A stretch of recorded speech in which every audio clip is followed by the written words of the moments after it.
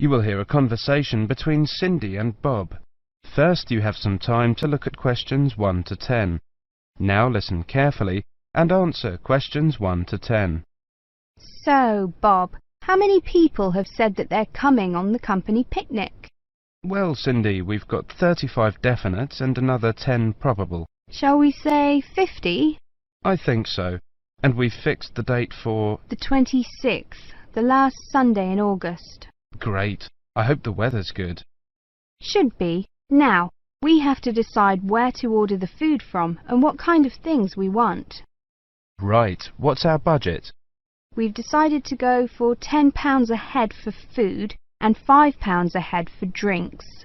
OK, I got some pamphlets from caterers. What do you think? The most important thing is to make sure that there's a variety of food. We don't want people complaining that they don't like anything. We also don't want food that could deteriorate in the sun. Ice cream, that kind of thing. You've seen these pamphlets. What do you think? Well, I thought Paris Kitchen looked good. The price almost exactly meets our budget, and they seem to have a good variety. I don't know. A friend of mine used them for her company and wasn't impressed. Really? What exactly didn't she like? Well, the food. She said the food was good, but not quite the variety they'd expected. The drinks included some wine, which was apparently not very good. Oh, well, perhaps we need to consider this one, company caterers.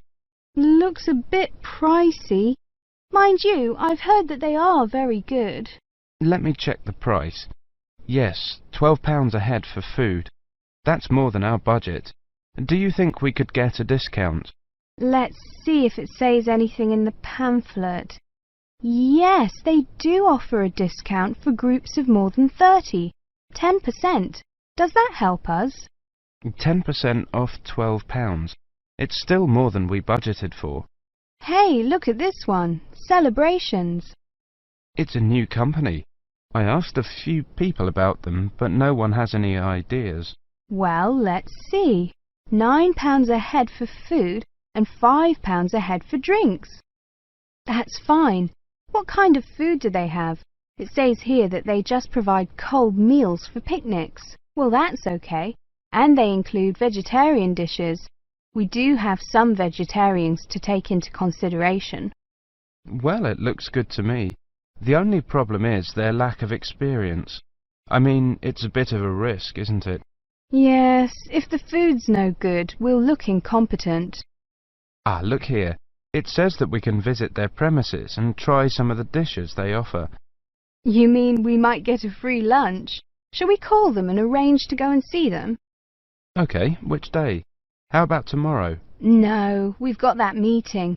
The day after tomorrow, Thursday. Good. Time? 11? Good. Right, what's their phone number? 28653479. We also need to ask them whether they can deliver straight to the picnic site, don't we? Yes, I don't think that'll be a problem though. I mean, it's on the outskirts of the city, but it's not too far away. Does the price include delivery? It doesn't say, but the other companies include it, so they should. If they don't, our budget still allows us to pay a small fee. That is the end of section 1. You now have half a minute to check your answers.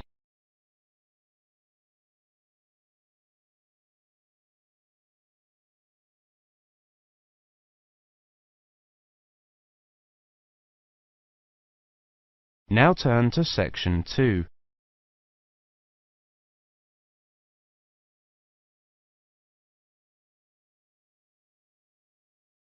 Section 2. You will hear a presentation on advice on legal matters. First, you have some time to look at questions 11 to 20.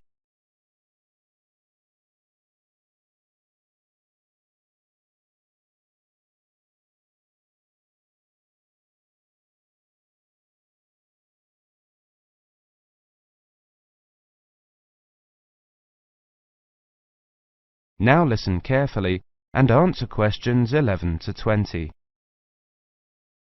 Good afternoon, everybody. My name is Sally Miller, and I'm here to offer you some advice on legal matters whilst you are studying at this university. Happily, most international students complete their courses without running into any serious legal problems. But if you do find yourself involved in a legal dispute of any kind, ask for help. There are two options. First, contact the students' union or welfare officer. Even if they cannot help you directly, they should be able to advise you where to go for help. The second possibility is to contact the Citizens Advice Bureau in your area. You can find them in the local telephone directory. They will be able to recommend a solicitor if you need one, and tell you if there is a local law centre providing free legal advice. They will also be able to tell you whether you can claim legal aid to help pay for any court and legal fees. Let me give you some basic information about the police. The police have the power to stop and search anyone who appears to be behaving in a suspicious manner.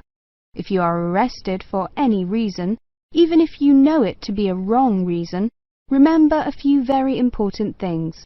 1. Don't be aggressive. 2. Do not try to bribe the police officer. 3. If you are arrested by plainclothes police officers, ask to see some form of identification. 4. Give your true name and address if the officer asks you to. Lying to the police is a criminal offence. 5. Do not sign any statement until you have received advice from a solicitor. There is always a solicitor on duty at every police station. 6. You will be entitled to make one telephone call. If you use this call to telephone a friend, urge your friend to contact someone from your university or from the Students' Union and get advice about what you should do next. If you find yourself in trouble with the police, it is very important to get professional advice. Contact any of the following: your university welfare officer, the Students' Union at your university, your local Citizens Advice Bureau, a local law centre. If you are found guilty of an offence, it could seriously damage your position as an international student, so be sure to ask for help as early in the process as possible. Remember, obey the local laws. The laws here may not be quite the same as in your own country. Here are a few examples of actions that are illegal here. It is against the law to possess offensive weapons. For example, knives, guns, chemical sprays used for personal defense. Even women are not allowed to carry sprays or other deterrents to protect themselves against possible assault, except for rape alarms. Possess or supply hard or soft drugs. Disturb the peace. This is called disorderly conduct. This means that you can be arrested for being too noisy or rowdy. A few words about drinking. In this country, it is perfectly acceptable for adults to drink alcohol in moderate amounts. For many people, drinking is an established part of their social life. Going out for a drink is how they relax or spend time with friends. If you go to a party or visit people at home in the evening, your host will probably offer you a drink. Often, a lot of university social life can revolve around drinking, especially for undergraduates. Do not be surprised if people arrange to meet in a bar, or if events are held in a pub. But you are not obliged to drink alcohol if you do not want to, even if you are in a pub or at a party where everyone else is drinking. You can always ask for a non-alcoholic drink instead. And if you feel uncomfortable going to places that serve alcohol, explain this to your friends. There are lots of other places where you can meet. If you do choose to drink, remember that you should never drive a motor vehicle after drinking alcohol. It is dangerous, and the police can impose serious penalties on you. Also, remember that being drunk in public is not acceptable either, and the police can arrest you for it.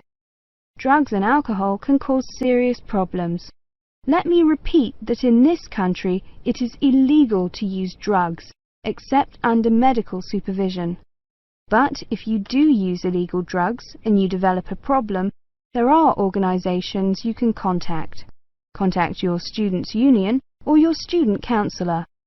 Anyone over 18 years old can legally buy and consume alcoholic drinks in this country, but if you think you might be drinking too much, get help and advice from your student counsellor or your doctor. Again, there are special organisations that can help you with drug and alcohol problems. Contact them. That is the end of section 2. You now have half a minute to check your answers.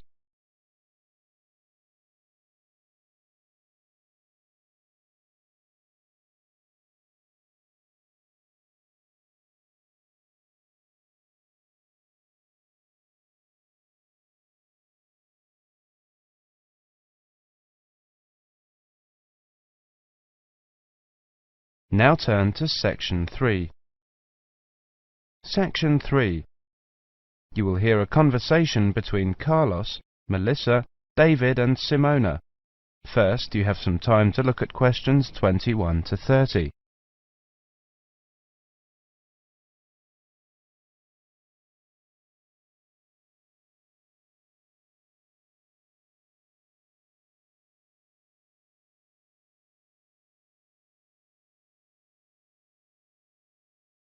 Now listen carefully and answer questions 21 to 30. Okay, everyone. Let's look at what presentation tips we come up with for our next seminar, Melissa. Okay, here's my first tip. Show up early. Some experienced presenters say that something good is bound to happen. I'm not sure about that, but... Well, you may have a chance to head off some technical problem. Also, at the beginning, before you actually begin your presentation, people filter in slowly. It's a great time to introduce yourself. Can't argue with that. Simona has some ideas about opening. Have a strong opening. I picked up a few ideas for structuring your opening. First, never apologise. If you're worried the presentation won't go well, keep it to yourself and give it your best shot. Besides, people are usually too preoccupied with their own problems to notice yours. I like that. Open by addressing the following 3 questions. What's the problem? Who cares? What's your solution? Excellent suggestion. David, you've gone quiet.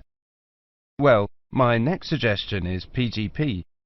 That means that with every subtopic, you should move from the particular to the general and back to the particular. Even though the purpose of a subtopic is to convey the general information, bracing it with particulars is a good way to draw attention and promote retention. I've got another one. This might not be a tip so much as a law. Give everyone at least one piece of paper. A piece of paper is a record from your presentation. People can use that to help recall the details of the presentation, or better yet, to tell others about it. The next tip I have is know your audience. This is, of course, a general piece of advice for public speaking. See if you can find out what styles of information a presentation they are most familiar and comfortable with.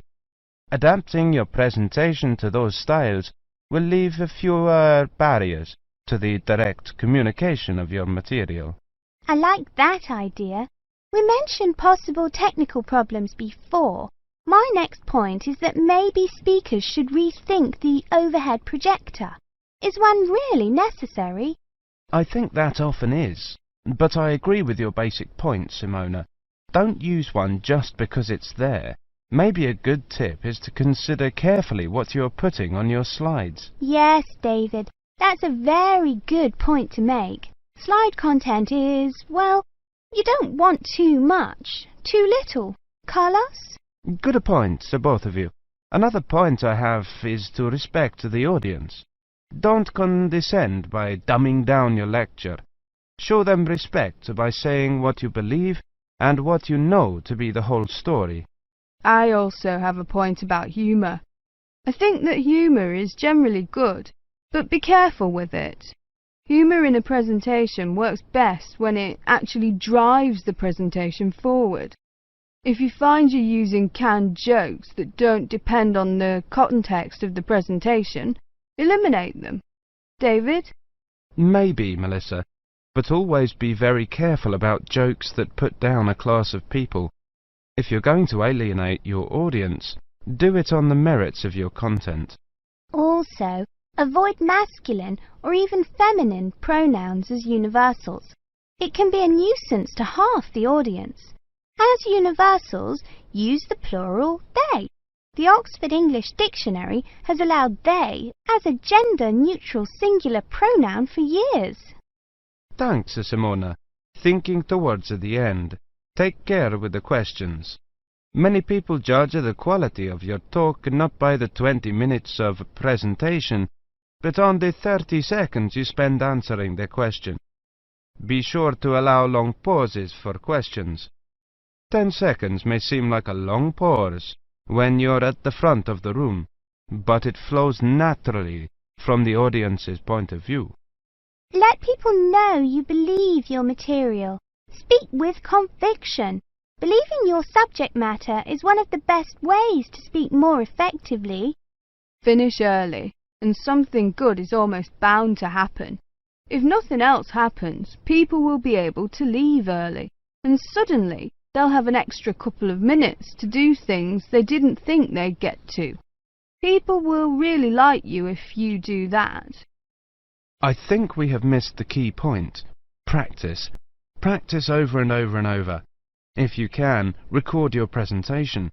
Play it back and watch yourself. You'll discover 1,000 horrible things you never knew about yourself. Now watch it again without the sound. Why are your hands flying around like that? Now listen to it with the picture. Get rid of those ums. Now watch it at twice the normal speed. This emphasizes low-frequency cycles in your gestures. David, those were excellent points. I have one more, something quite simple, but often overlooked. I read that the two most dehydrating things you can do in a modern civilization are live presentations and air travel. I don't know if it's really true, but the message is that the way to stay sharp is to drink lots of water. Take care of your body, especially your voice. If possible, avoid alcohol too. So, we've got to organise these points now. That is the end of section 3. You now have half a minute to check your answers.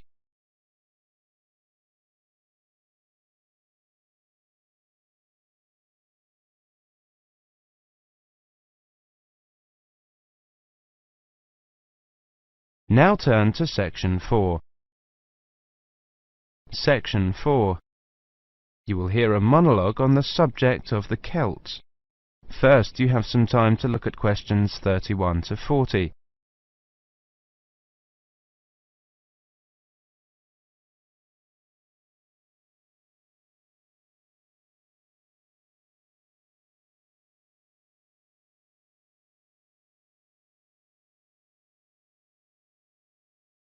Now listen carefully and answer questions 31 to 40. Welcome to this introductory lecture on the Celts. Who were the Celts? The Celts were an Indo-European group, that is, related linguistically to the Greeks, the Germanic peoples, certain Italic groups and peoples of the Indian subcontinent. They arose in Central Europe at the beginning of the first millennium BC, and were an iron-using and horse-rearing peoples. By the end of the first millennium BC, their cultural group had spread up and down the Danube and Rhine, taking in Gaul, Ireland and Britain, across Central Europe into northern Italy and northern Spain. Their roaming across Europe led some of the Celtic tribes to sack Rome in 390 BC, creating a fear of the northern barbarians that was to haunt Romans for hundreds of years to come. The Celts are defined archaeologically by the type sites of Hulsat and Latene, the former being taken to relate to an earlier phase of cultural development. Hulsat, an ancient salt mining area, was excavated from 1876 onwards by the Viennese Academy of Sciences, and provided the first classification of the prehistoric Celts. In 1858, the waters of Lake Neuchâtel in Switzerland sunk to a low level, revealing a large prehistoric settlement with a huge number of surviving artifacts. The nearby town of Latene gave its name to the second phase of Celtic cultural development.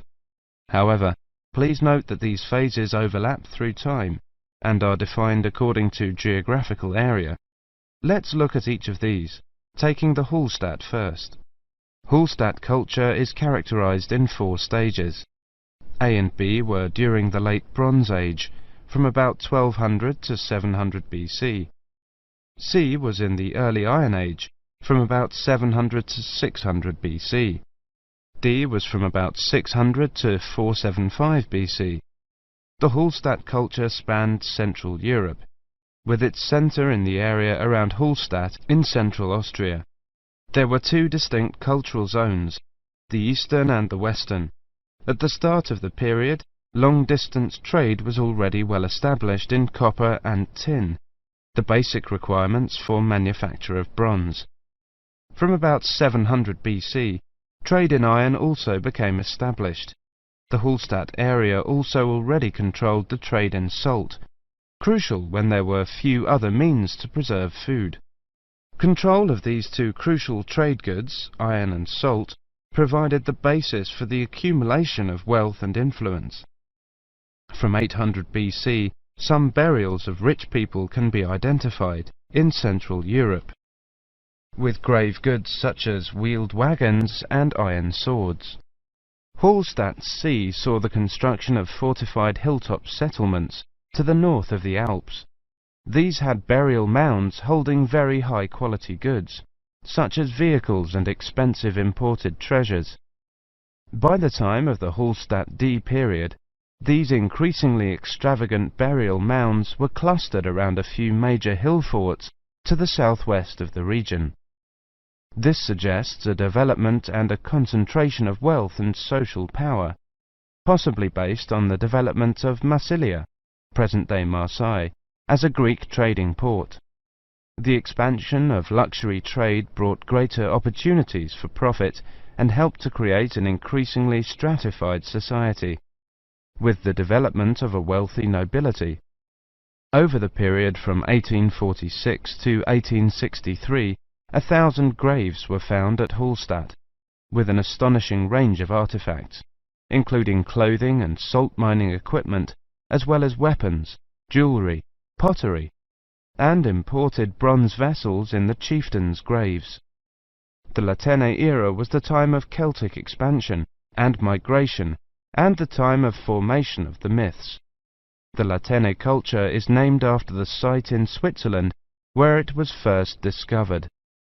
The Latene people were those known to the Romans as Gauls, originally found in an area from eastern France to Bohemia. The Latene culture spread rapidly from about 400 BC. The Latene Celts settled in Spain in 450 BC, in northern Italy in 400 BC, invaded Rome in 390 BC, invaded Greece in 279 BC, invaded Galatia in modern Turkey in 270 BC. By 200 BC, they occupied the lands that are now Britain, the Netherlands, Brittany, Belgium, Germany and Switzerland. There is much debate over how much of the expansion into Britain was achieved through invasion and settlement, and how much was the expression of cultural transfer that accompanied trade and reflected the commonality of kinship and language of many tribes. There is little evidence for actual migration of Latene people into Britain.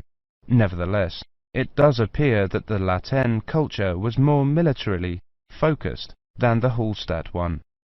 The Latene graves across Europe hold iron weapons, swords and spearheads, and wooden shields, as well as everyday items such as razors, yokes, cauldrons and jewellery. That is the end of section 4. You now have half a minute to check your answers.